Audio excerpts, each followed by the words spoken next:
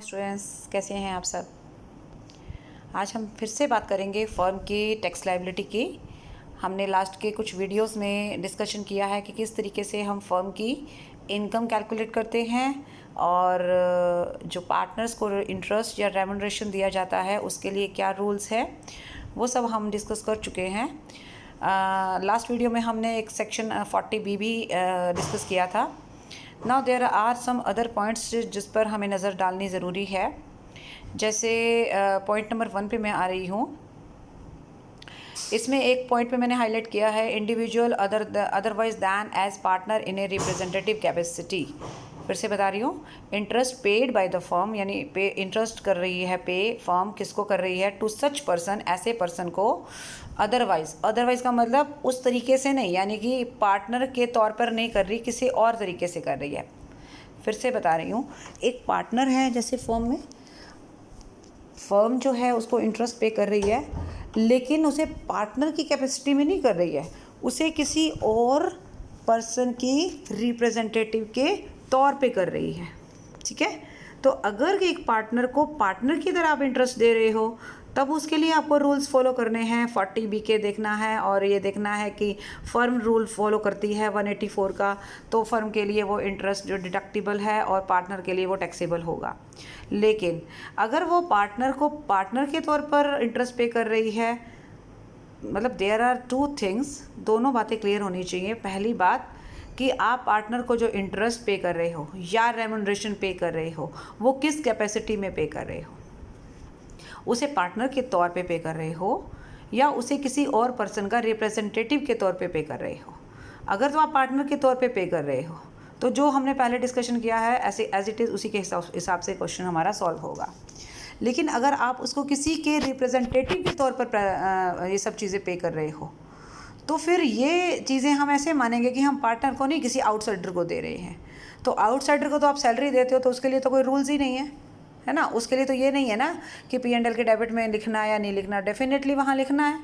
ठीक है, इसी तरह से अगर आप किसी बाहर के पर्सन को इंटरेस्ट देते हैं तो वो भी आप P&L के डेबिट में लिखते हैं, राइट। लेकिन अगर पार्टनर को देते हैं उसके लिए हमें बहुत सारे रूल्स देखने पड़ते हैं। तो इन दोनों पॉइंट्स का, पहले दोनों पॉइंट का जो मीनिंग है वो यही है कि अगर आप पार्टनर को पार्टनर के तौर पर दे रहे हैं then you must see the rules. Otherwise अगर आप पार्टनर को पार्टनर के तौर पर नहीं बल्कि किसी पर्सन के रिप्रेजेंटेटिव की कैपेसिटी में दे रहे हैं देन आपको पार्टनर वाले रूल नहीं देखने, ये ध्यान में रखना। ठीक है, बुक प्रॉफिट के बारे में मैंने आपको बता दिया था कि बुक प्रॉफिट हम कैसे कैलकुलेट करेंगे। वर्किंग पार्टनर कौन होगा, ऑब्वियसली जो पर्सन एक्टिवली कंपनी फर्म के कामकाज में पार्टिसिपेट करता है वो वर्किंग पार्टनर कहलाएगा। वर्किंग पार्टनर को फाइनेंसिंग पार्टनर भी कहेंगे, जो नॉन वर्किंग पार्टनर होगा उसे फाइनेंसिंग पार्टनर भी कह सकते हैं, डॉर्मेंट भी कह सकते हैं, स्लीपिंग भी कह सकते हैं।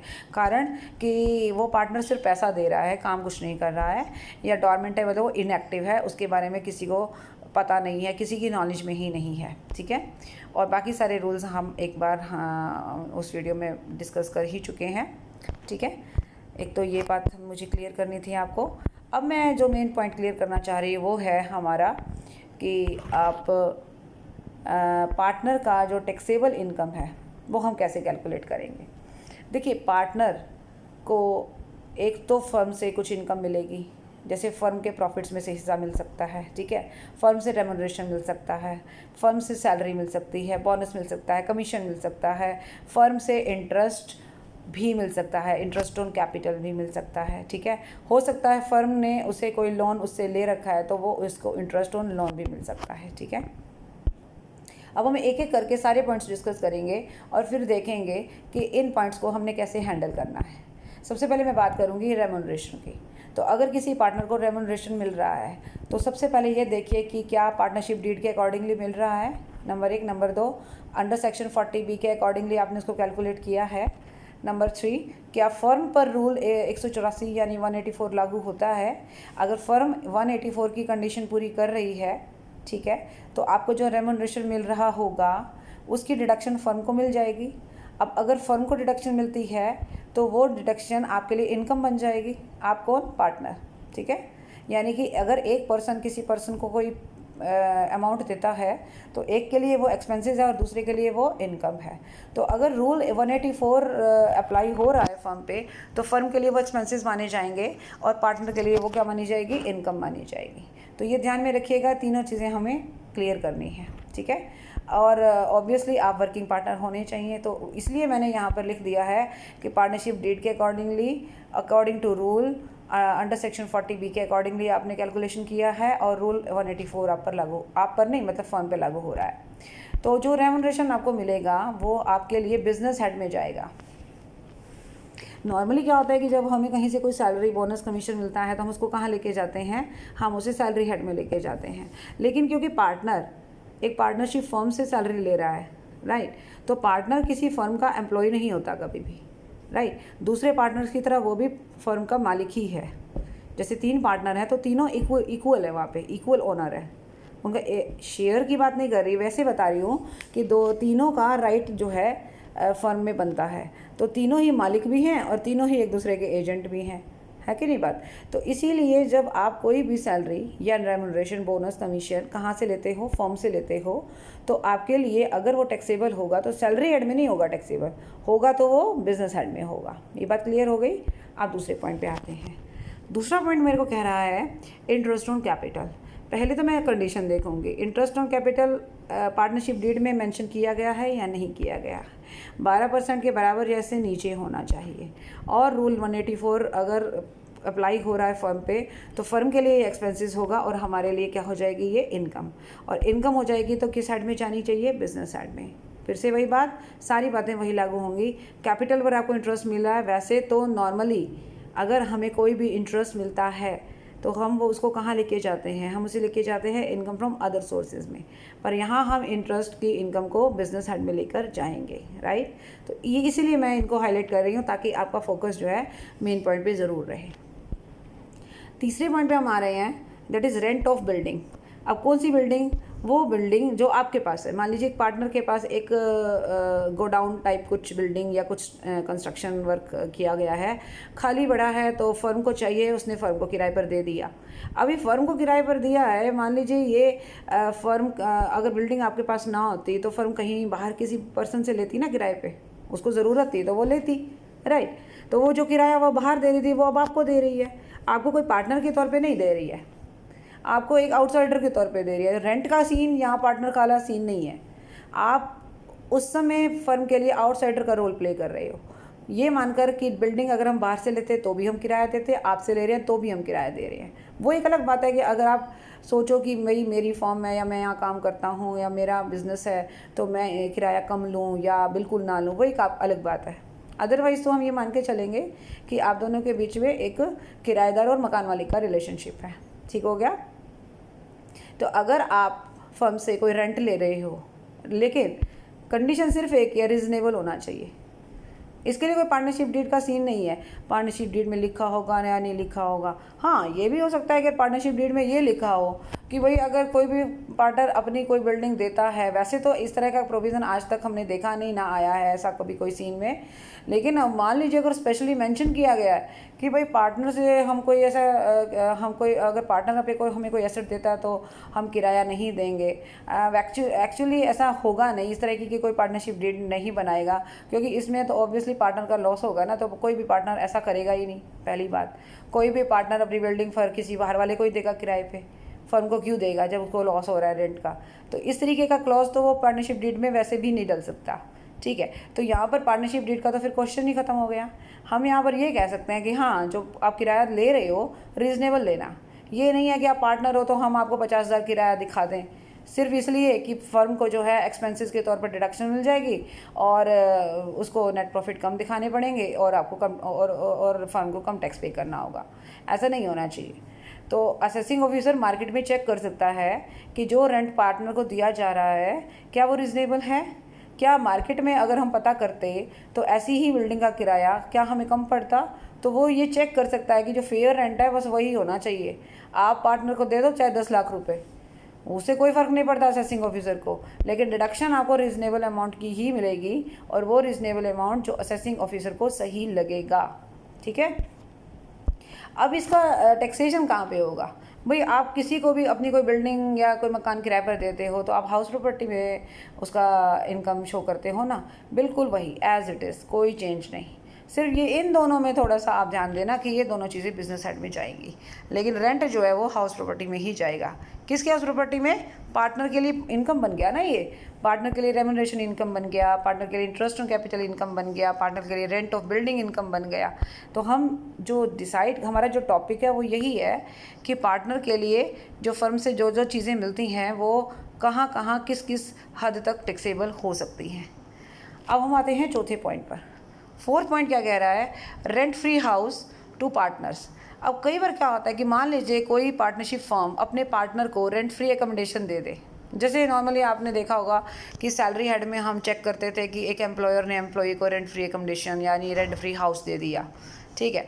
तो अब उसका तो कैलकुलेशन करके हम सैलरी हेड में शो करते थे। यहाँ पर हम देखते हैं अगर एक पार्टनर को या सभी पार्टनर को पार्टनरशिप फर्म कोई भी रेंट फ्री एकोमोडेशन या कंसेशनल रेंट पे भी दे सकती है, दे देती है, तो क्या फर्म के लिए ये खर्चा एडमिजिबल है, डिडक्टिबल है? बिल्कुल नहीं है। This is not deductible for firm अपने P&L के डेबिट में ये खर्चा नहीं दिखा सकती। सिमिलरली अगर आप खर्चा नहीं दिखा सकते हो तो दूसरे पर्सन की इनकम नहीं बन सकता, तो ये पार्टनर के लिए भी इनकम नहीं हो सकता। हाँ, अगर फर्म खर्चा दिखाती, एक्सपेंसेस दिखाती, तो पार्टनर के लिए इनकम बनती। ये ध्यान में रखिएगा, ठीक है। लेकिन अभी यहाँ पे ऐसा कोई क्वेश्चन ही स्टार्ट नहीं हुआ। नाउ फिफ्थ पॉइंट है share of profit from firm. अब मेनली फर्म का बिजनेस है, फर्म का काम क्या है? बिजनेस करना, ठीक है। अब बिजनेस से फर्म को जो भी प्रॉफिट्स हुए उसमें से हर पार्टनर को कुछ कुछ हिस्सा मिलेगा कि नहीं? बिल्कुल मिलेगा। क्या वो हिस्सा, वो प्रॉफिट में हिस्सा पार्टनर के लिए टैक्सेबल है? यहाँ ध्यान रखना, नॉट टैक्सेबल। पार्टनर के हाथ में जो भी पैसा आएगा फर्म के प्रॉफिट्स में से, स्पेशली बोल रही हूँ फर्म के प्रॉफिट्स में से, ये जो ऊपर की चारों चीज़ें हैं ना, पहली तीनों चीज़ें ये तो पार्टनर के लिए टैक्सेबल हैं। मिली ये भी फर्म से ही है, लेकिन ये प्रॉफिट की फॉर्म में नहीं मिली है। एक रेंट की फॉर्म में मिली है, एक इंटरेस्ट की फॉर्म में मिला है, एक रेम्यूनरेशन की फॉर्म में मिला है। ये तीनों चीज़ें आपके लिए टैक्सेबल है। चौथी चीज़ में कोई सीन ही नहीं था। पांचवी चीज़ में हम आ गए, प्रॉफिट की फॉर्म में जो मिलता है आपको वो आपके पार्ट पे टैक्सेबल नहीं होता, कभी भी नहीं होता। अभी तक ऐसा रूल नहीं बना।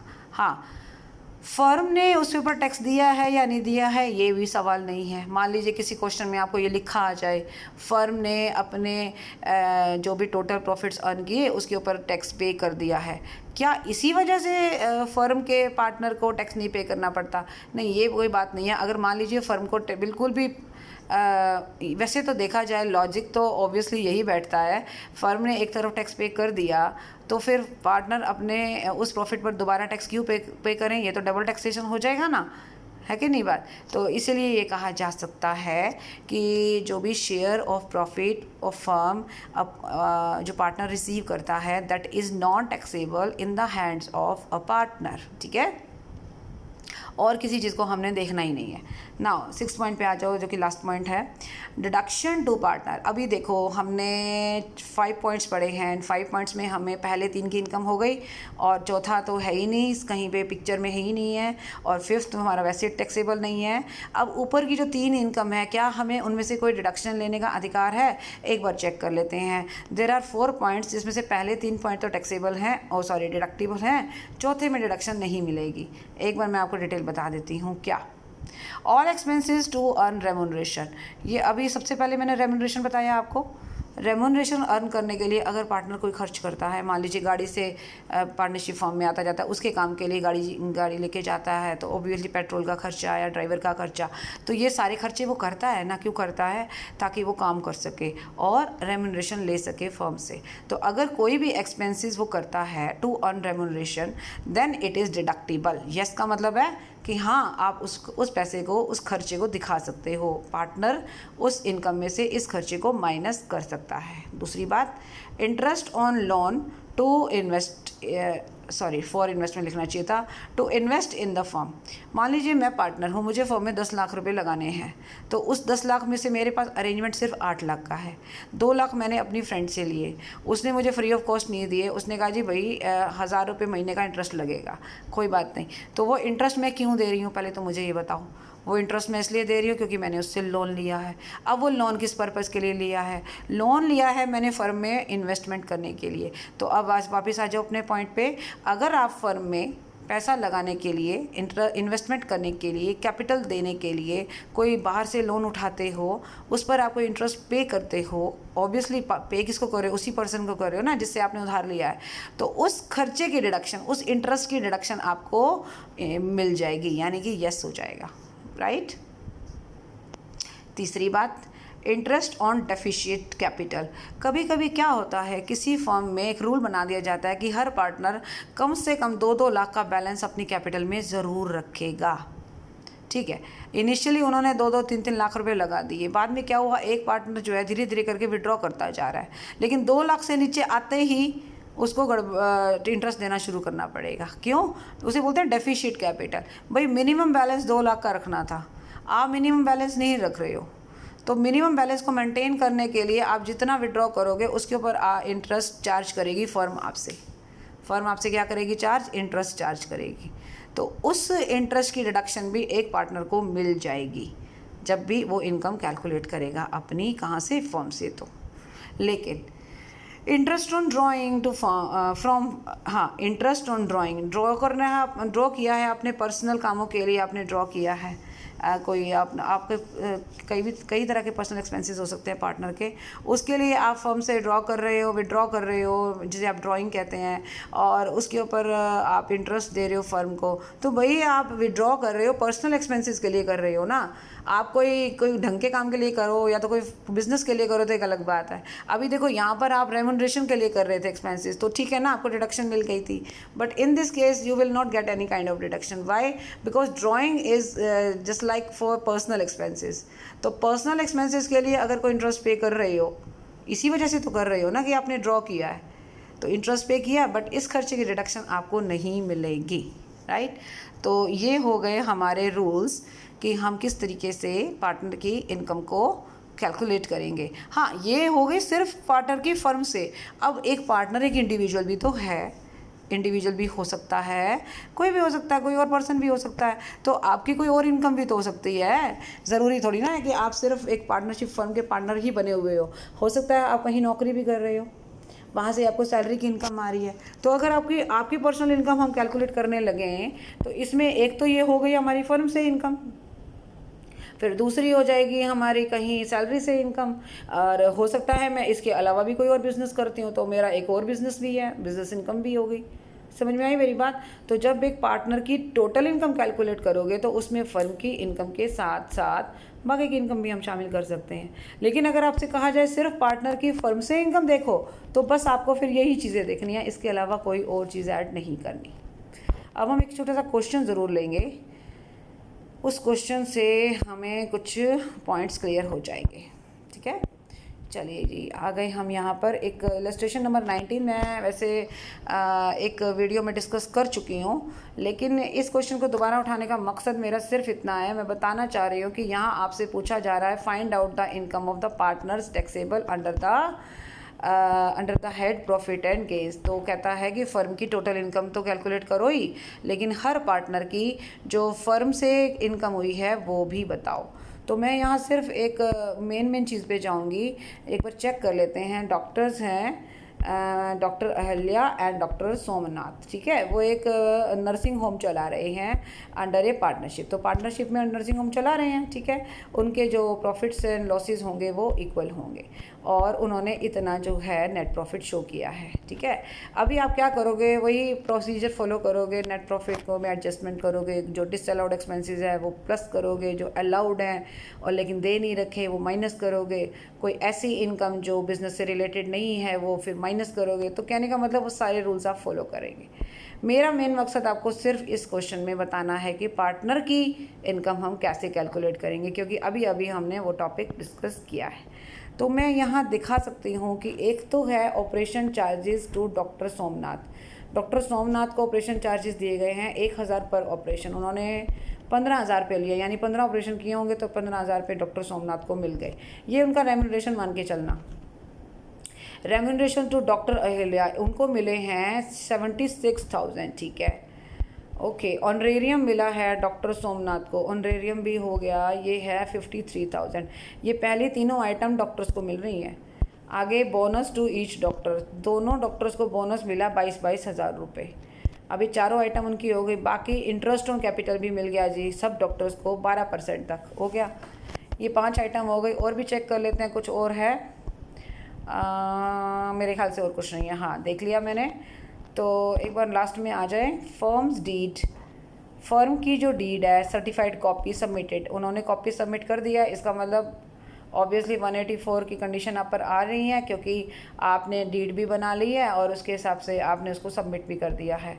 Provides for payment of operation charges and honorarium, remuneration, bonus and interest on capital. मतलब आपकी जो पार्टनरशिप डीड है वो कह रही है कि भाई जो डॉक्टर्स को हमने दिया है ना वो अकॉर्डिंग टू रूल दिया है। यहाँ तो बात ठीक हो गई।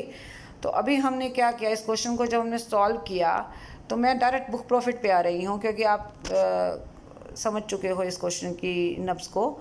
बुक प्रॉफिट में से अकॉर्डिंग टू रूल हमारा बना अंडर सेक्शन 40B है 3,36,600, लेकिन एक्चुअल रेम्यूनरेशन मैंने सब कुछ कैलकुलेट कर दिया, बोनस भी, रेम्यूनरेशन भी, ऑपरेशन चार्जेस भी, ठीक है। देखो, इंटरेस्ट ऑन कैपिटल का एडजस्टमेंट हम तब करते हैं जब 12% से ऊपर हो, ठीक है। अभी फिलहाल ऐसा कुछ नहीं है।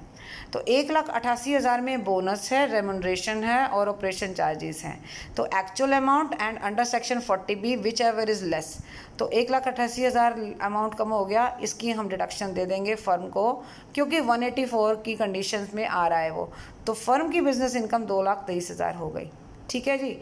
यहाँ तक बात ओके हो गई है। अब हम आपको सिर्फ और सिर्फ कहाँ लेके चलेंगे, दोनों पार्टनर के ऊपर, क्योंकि मैं पार्टनर के बारे में बताना चाह रही थी। पार्टनर की taxable income under the head business and profession, दोनों डॉक्टर्स के नाम लिख दिए, ठीक है। क्योंकि 1,88,000 रुपये अलाउड कर दिया आपको, तो 1,88,000 रुपये कैलकुलेट करोगे तो वही होगा कि एक का ऑपरेशन चार्जेस थे 15,000, सोमनाथ जी के ऑपरेशन चार्जेस थे 22,000 रुपये, दोनों को बोनस मिला हुआ था। एंड 76 और 53 जो था वो था मेरे ख्याल से अहल्या को तो मिला था रेम्यूनरेशन, और सोमनाथ को भी 53,000 का कुछ शायद रेम्यूनरेशन मिला था, राइट। क्लियर होगी जी ये बात। और इंटरेस्ट ऑन कैपिटल हमारी, क्योंकि फर्म ने कहा जी 12% तक ही दिया, चिंता मत करो, तो जब फर्म के लिए वो डिडक्टिबल है तो हमारे लिए वो इनकम हो गई। अब चेक करो, अहल्या को जो जो मिला, remuneration, bonus and interest on capital, ठीक हो गया। तीनों क्यों लिखे मैंने, क्योंकि इन तीनों की डिडक्शन फर्म को वहाँ मिल गई है। अगर इसमें से एक भी आइटम ऐसी होती जिसकी, मान लीजिए मैं ये कहती कि 22,000 रुपये की डिडक्शन फर्म को नहीं मिली 1%, तो यहाँ मैं 22,000 शो नहीं कर सकती थी। अगर 22,000 यहाँ शो कर रही हो तो समझ लो कि 22,000 की डिडक्शन मुझे फर्म को ने ले ली है, फर्म के लिए वो एक्सपेंसेस हैं, इसीलिए वो किसके लिए इनकम है, हमारे पार्टनर के लिए। ये ध्यान में रखना, डबल टैक्सेशन नहीं होना चाहिए कि उससे भी, उसको भी आपने खर्चे की कटौती नहीं दी, उससे भी आपने टैक्स ले लिया एक तरह से, इस पर्सन से भी टैक्स ले रहे हो, ऐसा नहीं होगा। 2 पर्सन से टैक्स नहीं ले सकते आप एक ही अमाउंट का, ठीक है। तो अहल्या का हो गया, सेम सोमनाथ का हो गया, बस 15,000 के ऑपरेशन चार्जेस इनके एक्स्ट्रा थे, बाकी कोई प्रॉब्लम नहीं थी। अब आप देख लो जी, 1,10,000 और 1,02,000 दोनों की बिजनेस इनकम आ गई है जो फर्म से मिली है। अब आप देखो कि कहीं पे भी शेयर ऑफ प्रॉफिट नहीं है, हालांकि क्या इनको कोई प्रॉफिट नहीं हुआ, डेफिनेटली हुआ है। फर्म की टोटल इनकम 2,29,000 समथिंग है, इसमें से टैक्स वैक्स काटने के बाद ये हमारी आई है 1,58,050। और क्योंकि दोनों पार्टनर इक्वल है, इसलिए दोनों को कितना कितना मिल गया प्रॉफिट का। आप इसका आधा आधा करोगे तो आधा करने के बाद एक पर्सन को मिलेगा 79025 ईच। लेकिन आप देखो कहीं पे भी नहीं लिखा हुआ, कहाँ लिखा हुआ है, कहीं लिखा हुआ है, इसीलिए नहीं लिखा हुआ because share of profit of A partner from the firm is not taxable in the hands of partner, right, ये ध्यान में रखना। तो इस तरीके से आप पार्टनर का भी शेयर निकाल सकते हो। इस क्वेश्चन की मदद से हमें बहुत हद तक अपने टॉपिक के कॉन्सेप्ट्स क्लियर हो गए होंगे, ऐसे ही मैं उम्मीद कर रही हूँ। नेक्स्ट वीडियो में हम नेक्स्ट टॉपिक लेंगे। Thank you so much, bye bye, take care.